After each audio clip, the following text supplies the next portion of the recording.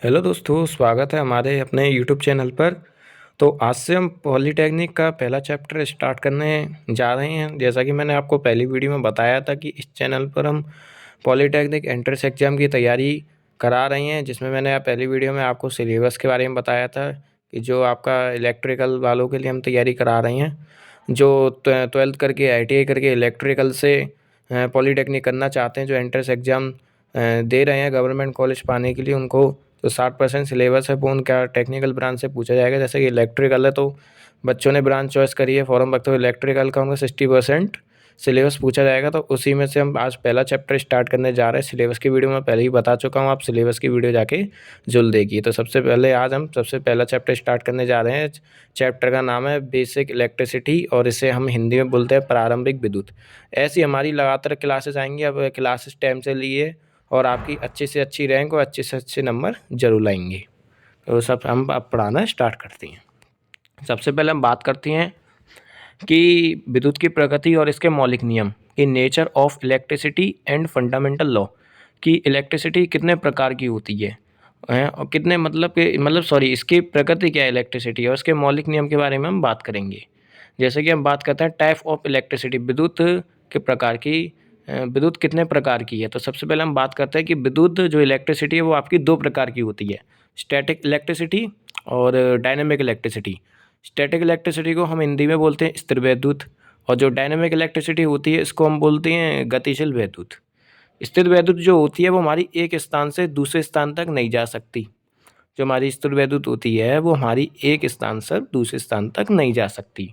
इसके जो जनक थे स्थिर वैद्युत के, जो स्टैटिक इलेक्ट्रिसिटी के जो जनक थे वो हमारे थेल्स थे, और ये यूनान के निवासी थे, और ये इलेक्ट्रॉन का इन्हें अंबर भी कहा जाता है।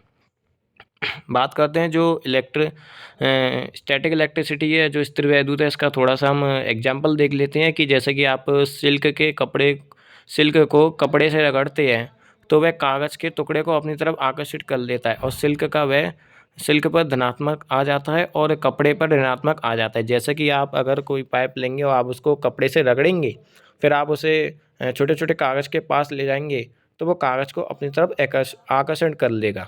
मेरा कहने का मतलब ये है। आप प्रैक्टिकल ये ज़रूर करके देखें, और इसी को हम स्टैटिक इलेक्ट्रिसिटी बोलते हैं। अब हम बात करते हैं आवेश के प्रकार की। आवेश कितने प्रकार के होते हैं?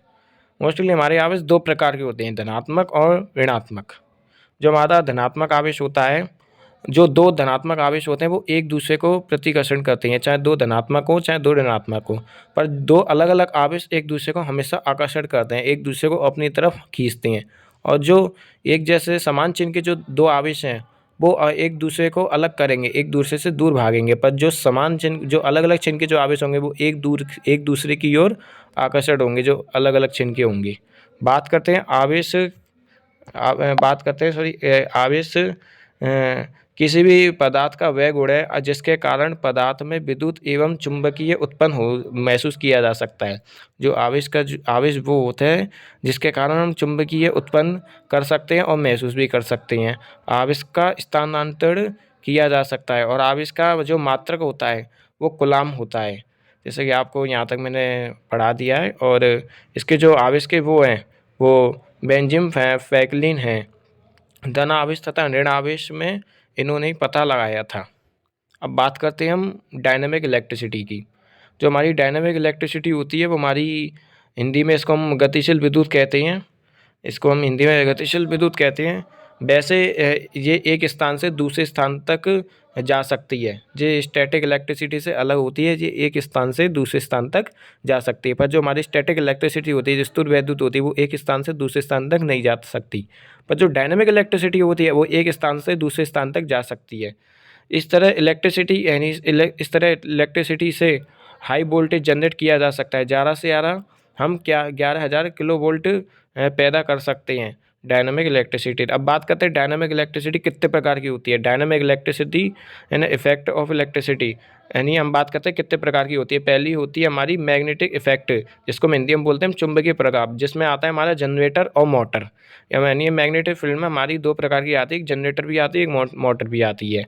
जैसे कि आपको पता है जनरेटर में मैग्नेटिक फील्ड होती है, जो आप वो कॉइल के चारों तरफ घूमती है, उसमें इलेक्ट्रिसिटी उत्पन्न होती है। और जो मोटर है, मोटर का भी यही सेम कंडीशन है कि उस चुंबकीय के कारण उसका जो रोटर होता है उसमें इलेक्ट्रिसिटी के कारण चारों तरफ मैग्नेट बनती है, वो घूमती है, आपको पता होगा। और दूसरे हम बात करते हैं, दूसरे हमारी प्रकार की होती है रासायनिक प्रभाव, जिसमें हमारा आता है बैटरी। बैटरी में जो रासायनिक क्रिया होती है उससे हमारा करंट और जो वोल्टेज जो बनता है, जिसमें इलेक्ट्रिसिटी बनती है, तो इसलिए वो रासायनिक प्रभाव में भी हमारी बैटरी आती है। तीसरी होती है हमारी ऊष्मीय प्रभाव। ऊष्मीय प्रभाव में आपको पता है जैसे हीटर हो गया, यानी और प्रेस हो गया, ये हमारी ऊष्मीय में आती है।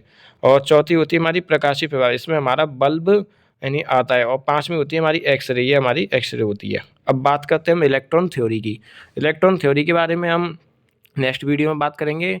फिलहाल ये मेरी पहली वीडियो थी, आपको मुझे पूरा भरोसा है कि आपको पसंद आई होगी। थोड़ा आपको दिक्कत लगी होगी इस वीडियो में, क्योंकि पहली वीडियो थी, थोड़ी सी मेरी से भी गलती हुई होगी, इसके लिए मैं माफ़ी मांगता हूँ।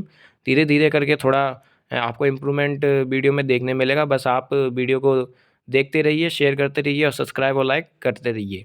लगातार कंटिन्यू क्लासेस आएंगी और आप क्लासेस लिए और अच्छे से अच्छे नंबर और रैंक बनाइए और अच्छे आप गवर्नमेंट कॉलेज में जाइए। वीडियो देखने के लिए आपका बहुत बहुत धन्यवाद।